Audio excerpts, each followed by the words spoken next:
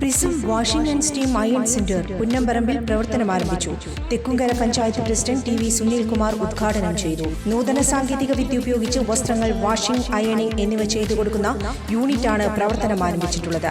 Punnamparambu സെന്ററിലുള്ള collection സെന്ററിൽ വസ്ത്രങ്ങൾ സ്വീകരിക്കും. ഉപഭോക്താക്കളുടെ സൗകര്യം കണക്കിലെടുത്ത് വടക്കാഞ്ചേരി ടൗണിലുള്ള അഷ്ടപതി കോംപ്ലക്സിൽ കളക്ഷൻ സെന്റർ ഉടൻ പ്രവർത്തനം ആരംഭിക്കും. ഇനി വാഷിംഗും അയണിംഗും ഒരു പ്രശ്നമേയല്ല. കൂടുതൽ വിവരങ്ങൾക്ക് 9650444445 എന്ന നമ്പറുമായി ബന്ധപ്പെടുക.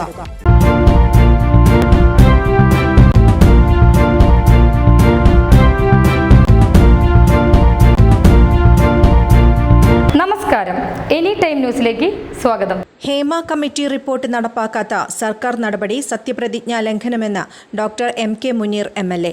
റിപ്പോർട്ട് നടപ്പാക്കുമെന്ന് 4 വർഷം മുമ്പ് സർക്കാർ ഉറപ്പു നൽകിയതാണ്. തന്റെ ഓഫീസിലുള്ള റിപ്പോർട്ട് 3 വർഷമായിട്ടും വായിക്കാൻ മന്ത്രി സജി ചെറിയാന് കഴിഞ്ഞിട്ടില്ല.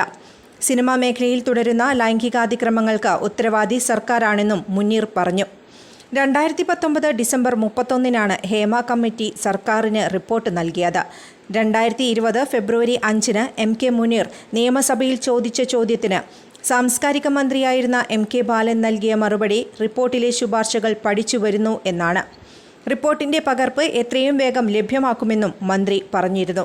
എന്നാൽ ഇതും കഴിഞ്ഞ് 4 വർഷങ്ങൾക്ക് ശേഷം വിവരാവകാശ കമ്മീഷൻ ഇടപെടലിനെ തുടർന്നാണ് സർക്കാർ റിപ്പോർട്ട് പുറത്തുവിട്ടത്. റിപ്പോർട്ടിൽ സർക്കാരിന്റെ ഒളിച്ചുകളിയാണ് ഇതിലൂടെ വ്യക്തമാക്കുന്നതെന്നും M.K. മുനീർ പറഞ്ഞു. News desk, any time news. കൂടുതൽ വാർത്തകൾക്ക് ഞങ്ങളുടെ ചാനൽ സബ്സ്ക്രൈബ് ചെയ്യുക, ഫേസ്ബുക്ക് ഫോളോ ചെയ്യുക. വാർത്തകൾ വേഗത്തിലറിയാൻ എനി ടൈം ന്യൂസ്.